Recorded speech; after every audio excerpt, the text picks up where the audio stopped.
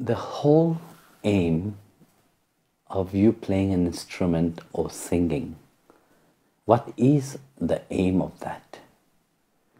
You see, when you are singing, for example, just for your pleasure, for your happiness, and you are playing an instrument that you feel proud about what you are doing, of course that come from a place where the ego is exalted, you know. So you're doing it for pleasing yourself. How long does that happiness last? It doesn't last for a long time. So when you are singing in bhajan, for example, and when you are playing an instrument for the sake of pleasing the Lord Himself, it's a different attitude itself. So into that, you completely forget about yourself. You see, when you are singing, when you see somebody is singing and dancing for the Lord, he's not thinking, how am I dancing? You see, in the temple here or in darshan or wherever, you see people dance all kind of dance, you know. But they are not thinking about themselves. So they are absorbed of saying, yes, I'm singing for the sake of the Lord. I'm not thinking, yes, now I will sing like this and God will be happy. The moment you think like that, then it is I, you know, I am singing. It is how I'm singing, you know, what I am singing, you know. So this changed the whole thing. But when a devotee sings, the devotee don't think. Of course, the devotee have to practice. Of course, you can't just sit there and start singing like a frog. You know, you are not a frog. Yeah. So if you want to please the beloved Lord, you know, you have to train yourself and sing in a nice way also. This is your seva. This is your what you bring forth towards the Lord. So you want Him not to have an ear problem, you know. You want to please Him, you know. Imagine you have started singing and He have to put His hand on His ears, blocking His ears. Said, oh my goodness, it's beautiful, I appreciate your devotion, but it is painful for my ears. So it's a different mode. I don't think, you know, Bhagwan will appreciate what you're giving to Him, even if it is like a frog you're singing. But from your point of view, when you want to please somebody, you give the best of yourself. You know? Because for whom are you doing it? You're doing it to please Him.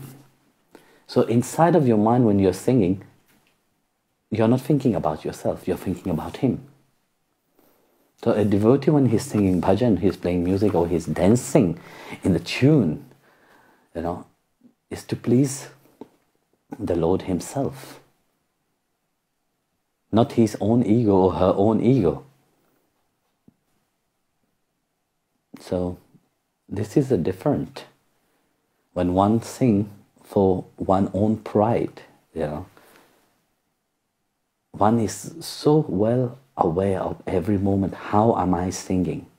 You know, even when they are there, am I singing right or wrong? I'm singing this tune proper or not, you know.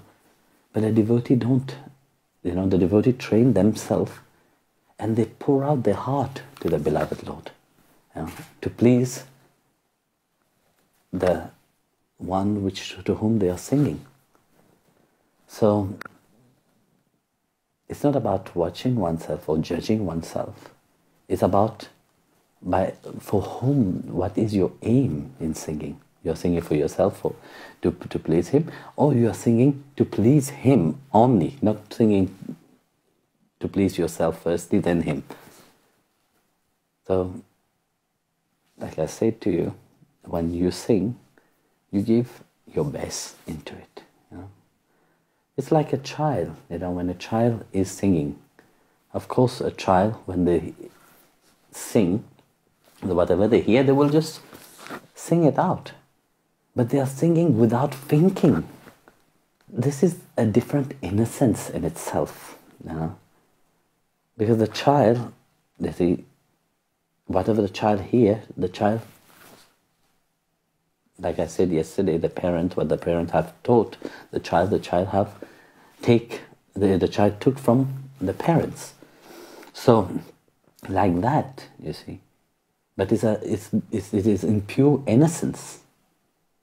The same way, you see, when it is devout of your mind itself, even if you're singing not in the right way or the right tune or whatever, Bhagwan will appreciate it, because that devotion which you are singing, with that love that you are singing, that's what he longed for.